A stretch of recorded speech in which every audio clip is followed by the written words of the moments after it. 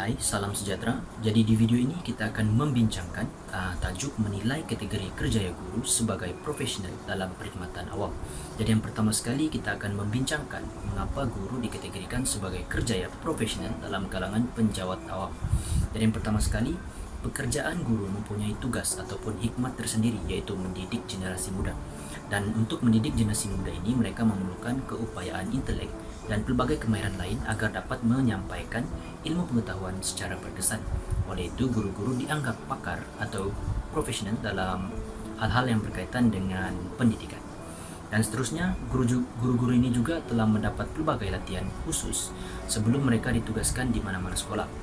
Latihan ikhtisas yang mereka telah jalani akan membolehkan mereka mahir dan memahami sepenuhnya skop tugas dan tanggung jawab yang harus mereka pikul semasa mereka berada di sekolah nanti.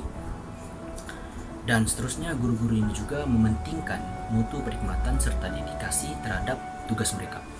Hal ini boleh dilihat daripada pelbagai usaha yang mereka lakukan untuk melahirkan pelbagai inovasi ataupun kaedah pengajaran yang baru agar dapat disesuaikan dengan semua jenis pelajar.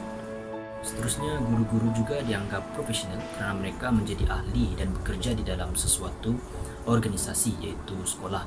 Dan untuk bekerja di dalam sebuah organisasi, mereka haruslah saling membantu untuk bersama-sama berusaha memajukan sekolah daripada pelbagai aspek seperti kurikulum, kokurikulum, tingkah laku serta disiplin pelajar. Dan seterusnya, guru-guru juga mempunyai kode etika yang ditentukan oleh Kementerian Pendidikan. Dan kode etika ini sangat penting untuk membolehkan para guru mematuhi garis panduan dan dasar etika yang ditetapkan agar dapat meningkatkan mutu dan tahap profesionalisme mereka dalam bidang pendidikan. Dan akhir sekali, guru-guru juga bertanggung jawab atas setiap keputusan dan tindakan yang mereka lakukan semasa berada di sekolah.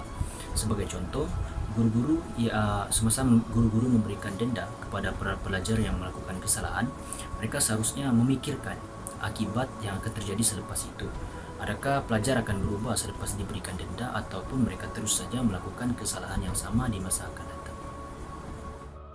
Seterusnya, kita akan membincangkan pula berkaitan dengan accountability guru profesional, atau dalam arti kata lain, sifat tanggung jawab guru terhadap sesuatu tindakan.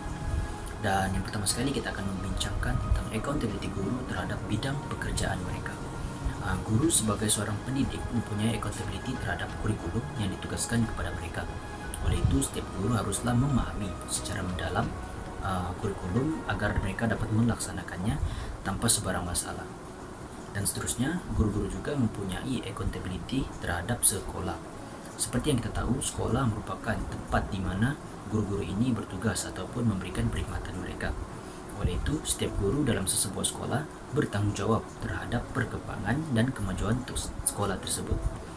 Sebagai contoh, selain daripada mengajar dalam bilik darjah, guru-guru ini juga dikehendaki menjalankan tugas-tugas lain seperti sebagai seorang guru disiplin, konselor, pengawas peperiksaan, pengurusi skim pinjaman buku teks, penasihat kelab dan persatuan, dan sebagainya.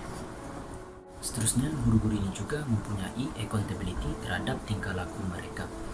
Hal ini dikatakan demikian kerana dalam sebuah sekolah, guru-guru ini sudah pasti dijadikan role model bagi para pelajar mereka. Oleh itu, guru-guru ini perlu mempunyai sifat-sifat yang baik dan terpuji agar dapat dijadikan teladan bagi para pelajar yang bersekolah di sekolah tersebut.